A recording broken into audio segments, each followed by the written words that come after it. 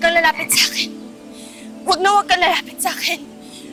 Easy ka lang, senyorita. Hindi ka naman dapat matakot sa akin eh. Bakit hindi? Nagsasalita ka eh. Hindi lang yun. Ako pa ang tutulong sa'yo. Hindi ba, hindi mo makuha yung singsing mo? Ako ang kukuha nun para sa'yo. Bakit ikaw? Paano? Palaka ka eh.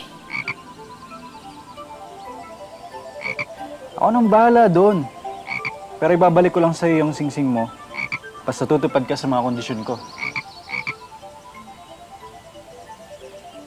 Kapag nabalik ko sa'yo yung singsing mo, sasama mo ako sa asyenda nyo.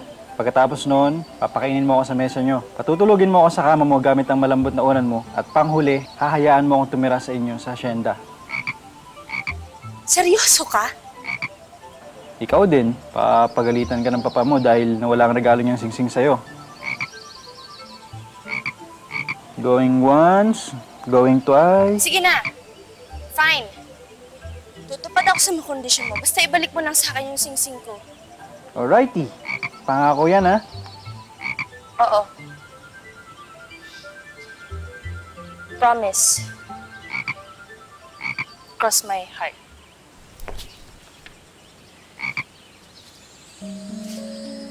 Ano?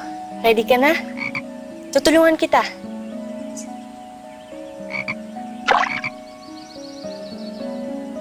Ayun. Ayun, dun banda. Ayun, dun sa may bato. Ayun, ayun.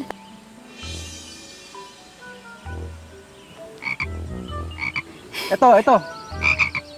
Galing! The best ka talaga. Salamat, ha? You're welcome, senyorita. Nasa iyo na ulit ang singsing, kaya... Uy, senyorita! Saan pupunta? Uy, may pangako sa akin! Uy, bumalik ka rito! Ang bad naman po ni Senyorita Angelica. Bakit po siya tumakbo?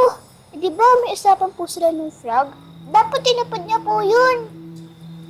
Ang akala kasi ni Senyorita, makakaligtas siya sa pangako niya doon sa palaka. Ang hindi niya alam, sumunod sa kanya yung palakang nakarating siya sa asyenda.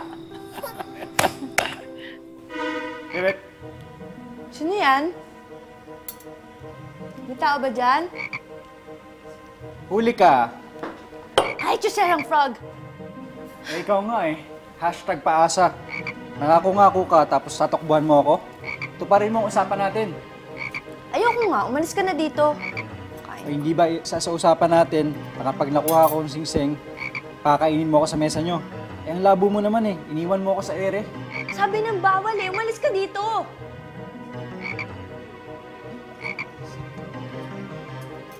Tingnan mo yung ginawa mo! Nagkalat ka pa! Hindi ako alis rito hanggat hindi ka tumutupad sa usapan natin. Angelica, ano nangyari dito? Tapos, bakit may palaka dito? Papa, kasi ano po eh. Nagalang-galang na doon, ako na pa may ikwento. Tinakasan po ako ng anak nyo, kaya ako nandito. Nagsasalita ka? Tinakasan? Bakit? Tinulungan ko po kasi siya nang mahulog niya ang singsing niya sa balon. May mga kondisyon kami pinag-usapan kung may babalik ko ito sa kanya. Pumayag po siya dito, pero nang makuha na niya yung singsing, bigla po siyang tumakbo at iniwasan ako. Pinagod niya nga po ako eh. Totoo ba to, anak? Opo, Papa, totoo po. Pero hindi ko po kasi akalain na may babalik yung singsing na binigay niyo sa akin. Kaya pumayag po ako. Kaya lang po, ano kasi... Kung gano'n, anak, kailangan mong tuparin ang ipinangako mo. Hindi ba? Kabilin-bilinan ko sa'yo na lahat ng binitawan nating salita ay kailangan mong panindigan. You should always keep your promise sa lahat ng pagkakataon. Kahit mahirap itong gawin, dapat kang tumupad sa usapan.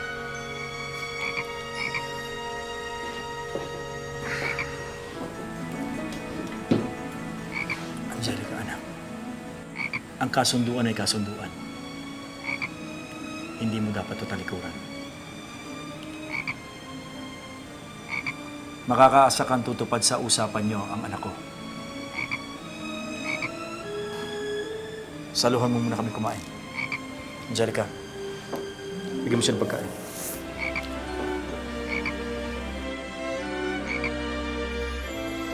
Daig kayo ng lola ko, hindi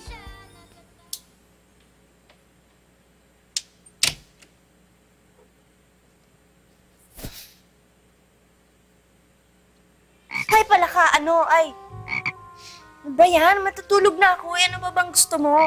Pinapaalala ko lang sa'yo na isa rin sa kasunduan natin na patutulugin mo ako sa kama mo. Kaya dapat dito ako. Alam mo kasi, marami namang kwarto yung asyenda namin eh. Doon ka na lang matulog. Actually, doon ka na lang sa sapa o kaya sa ilog. Di ba doon ka naman sanay? Ayoko dun. Hindi ako sanay matulog sa labas, no? Lalo na sa sapa.